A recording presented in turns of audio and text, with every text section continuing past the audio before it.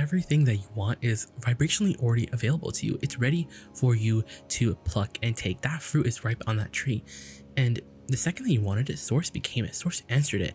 That's not your job. Your job is not Source answering it. Your job wasn't even the asking. Step one of the creative process, where every creation, all of eternity is created by this three-step process. Step one is you ask. That's not your job.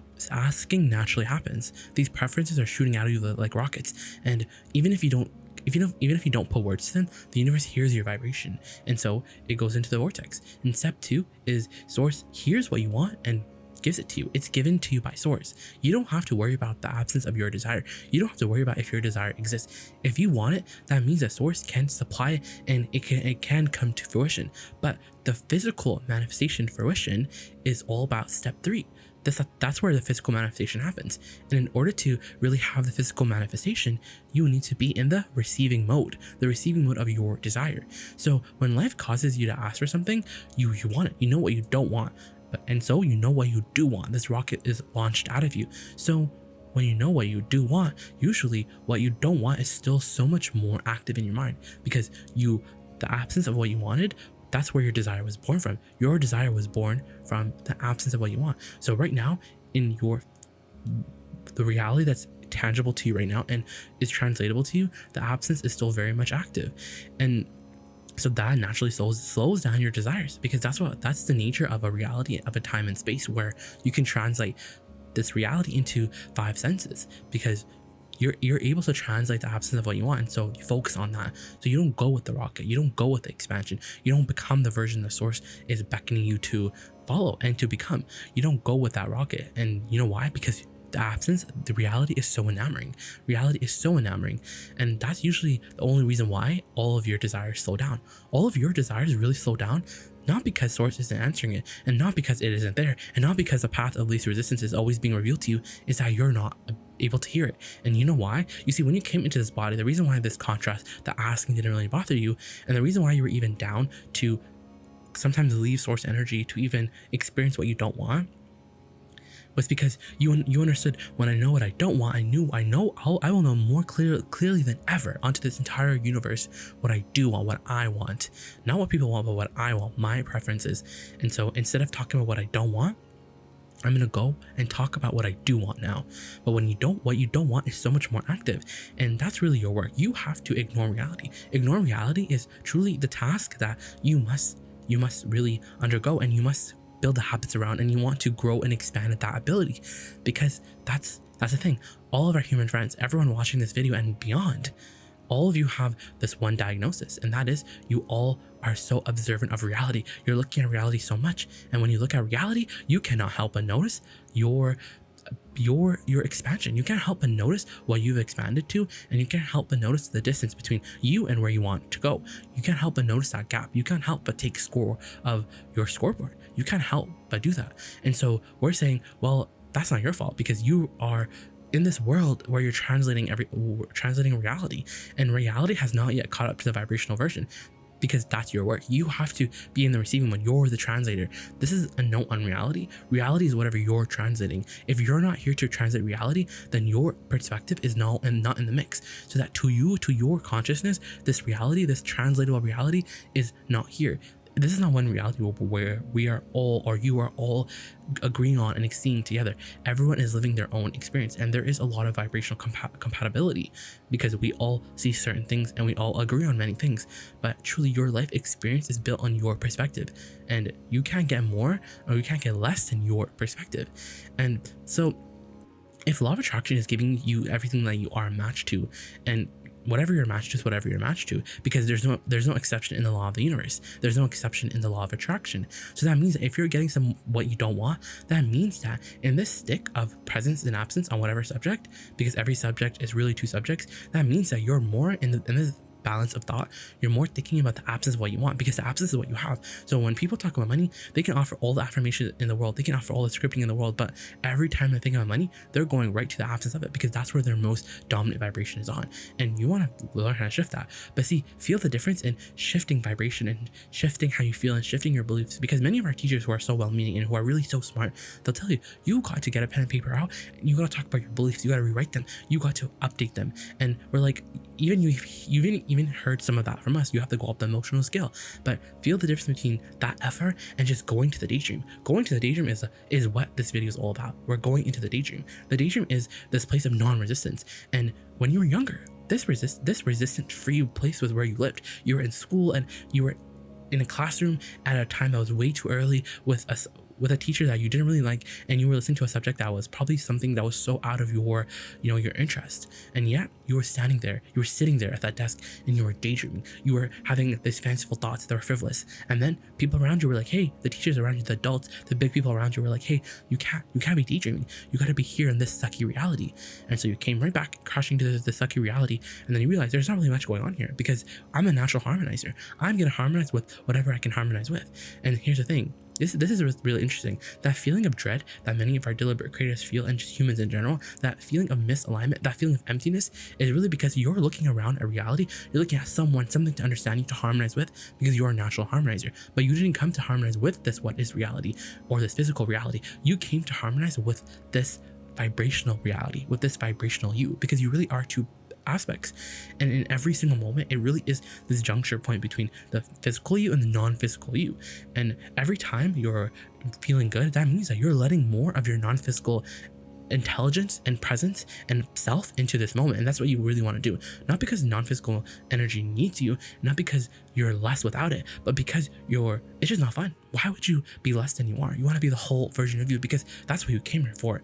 Daydreaming really is so fascinating, because daydreaming is really under this category of allowing, because all of your desires already exist. Everything you want has already been assembled. Your inner being has already become the vibrational equivalent. Do you know what that means? That means that when law of attraction responds to your inner being is right there at the most expanded part of you, up to having all of your updated desires, and your inner being is beaming that signal, and all you have to do is make your way towards your inner being. And you're not going to catch up to your inner being fully until you fully reemerge back into your non-physical self, aka your death experience. But yet the fun of life, the thrill of life, was going to be catching up, because the second you catch up with your inner being, there's something else that you want, because your path never ends. You're eternal. And that's why allowing is really such a fun conversation, because when we're talking about daydreaming, we're talking about being in that space of where you feel like you have no responsibility, you can just sit there and you can just have fun in your mind, and you can receive the thoughts that your inner being is literally sending you in this electrical form of your thoughts.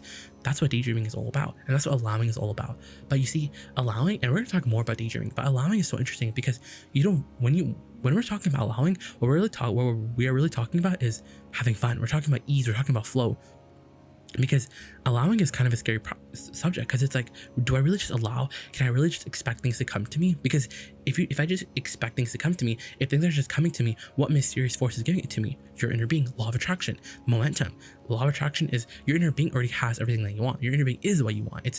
It's beaming it all out, and law of attraction is responding to your point of attraction and your inner being's point of attraction. And so guess what happens when your inner being has no doubt about all of your desires and is completely for everything that you want?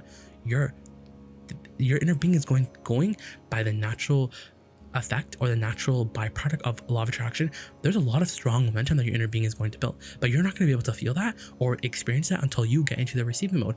And that's what daydreaming is all about, because you don't think you can have what you want because you're not, maybe because you don't feel worthy, or because you don't feel worthy that things can just come to you. You're like, or maybe it's really just this conversation about action. You're like, if I don't do something, then can I really expect something to come for me? I have deadlines, I have these dates, I have time. And we're like, it's that very thinking, it's that very effort that you offer from that mindset that actually slows everything that you want down. And that's what's so funny, because someone could say, well, I don't have time to daydream, because are you really telling me that if I daydream for a week I'll have what I want? Because that's what scares me.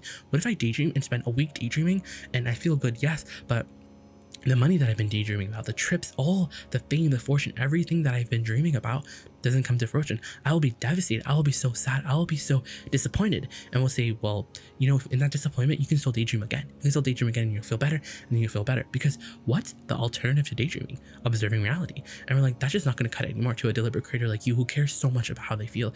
And it really is so sensitive. Because you know what happens when you really know that you have guidance and you have this connection and that you are source energy?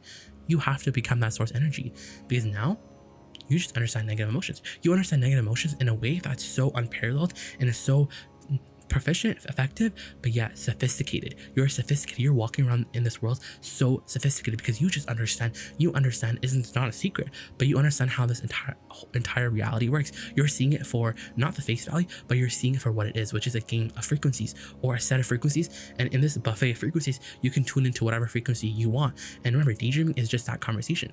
Someone may say, hey, you can't just daydream. You can't just daydream because you're not working. You're not offering thought. Daydreaming is not productive. And so they think, okay, well, you're telling me if I daydream, then I'll get it. But we're like, basically, see, that's the thing. And so now we're going to really enter this conversation, into this chat, daydreaming. So let's first talk about daydreaming in the sense where you are already all master daydreamers. That's the thing. And you're master manifestors, yes, but you're all master daydreamers. How do you think that artists around you, how do you think the geniuses around you are able to maintain such high frequency or high velocity or basically they're just able to stay a match to the vortex version of their desire all the way to fruition? And that's through their daydreaming. They're enjoying their desires. And usually a lot of these artists, a lot of these geniuses, they're in a place of like, they're not in a good place, right? They're not in a place where reality is very conducive to good feelings, meaning they can just observe reality and find things that feel good. Ultimately, what their reality reflects is something that's so opposite of who they really are and what they really know, because that's what geniuses are. They're crazy until their manifestations come through and everyone's like, yep, they are a genius. But yeah, you have to know that you're a genius. So it's really about this daydream. When you were a kid, you were all so good at daydreaming because you just understood it. You daydream about what you're gonna get for Christmas. You daydream about what you would do when you go home. You daydream about everything because daydreaming was so fun. Because as a kid, you didn't have this idea of effort and working hard and sacrifice and having to pay a price. You don't have to pay a price. And it's this idea that you have to pay a price that throws resistance on your very ability to receive the path and the call and the impulse from your source energy. And that these impulses they yield a lot. The impulses maybe they may be small, maybe they may be illogical, but they yield you a lot of results. And that's what we're into impulses that yield big stuff, that yield the books, that yield the awards, that yield all the dollars that you can imagine. But it starts with daydreaming. So how do we go about daydreaming? So imagine like you're walking to the mailbox and you see like you pick out from the mailbox a bill, and you open that bill and you're like, yep, I don't have any money. That's so funny because I have literally no money to pay this bill.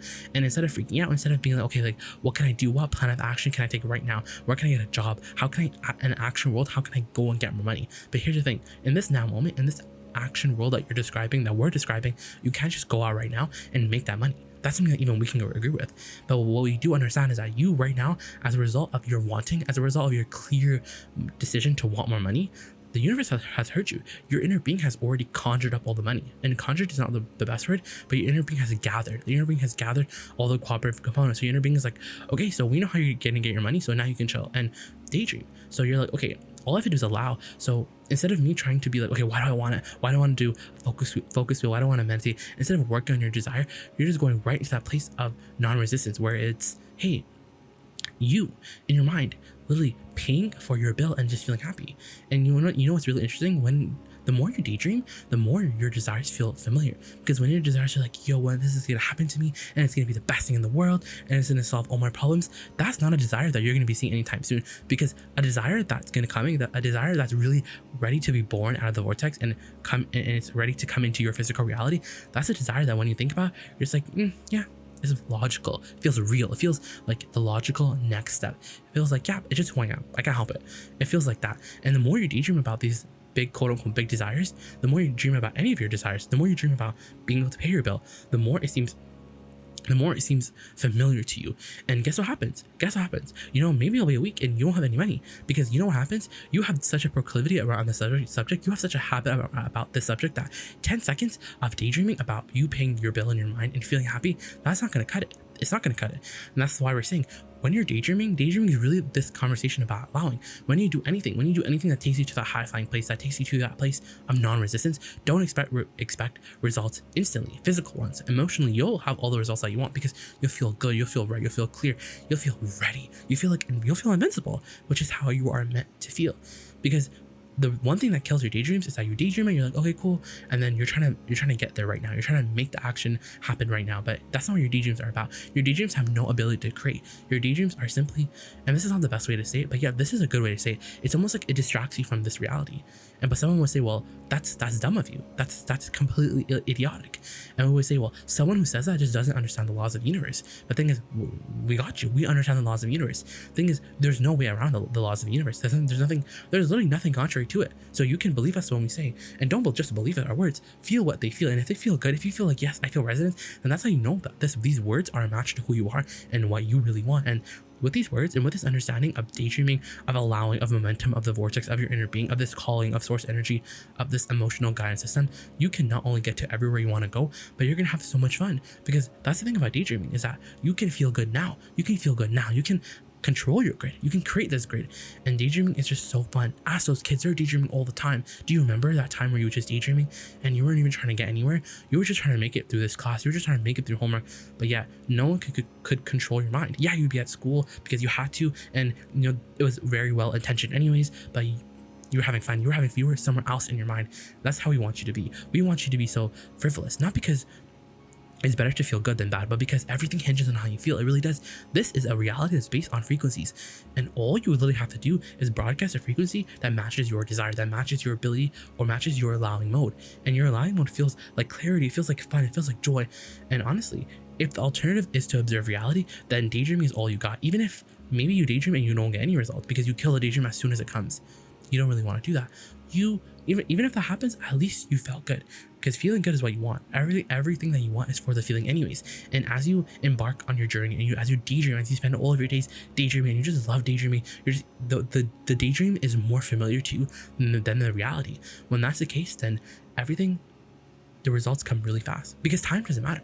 It's all about alignment. It's all about energy alignment. And let's just say when you're daydreaming, the energy alignment that you achieve is completely second to none. You can't find that energy alignment anywhere else. It's through the daydreaming. And yes, you can shift around energy, and yes, you can fix your problems, but it's a very slow and painful way of going about everything. It's slow. Just go right into that non-resistance.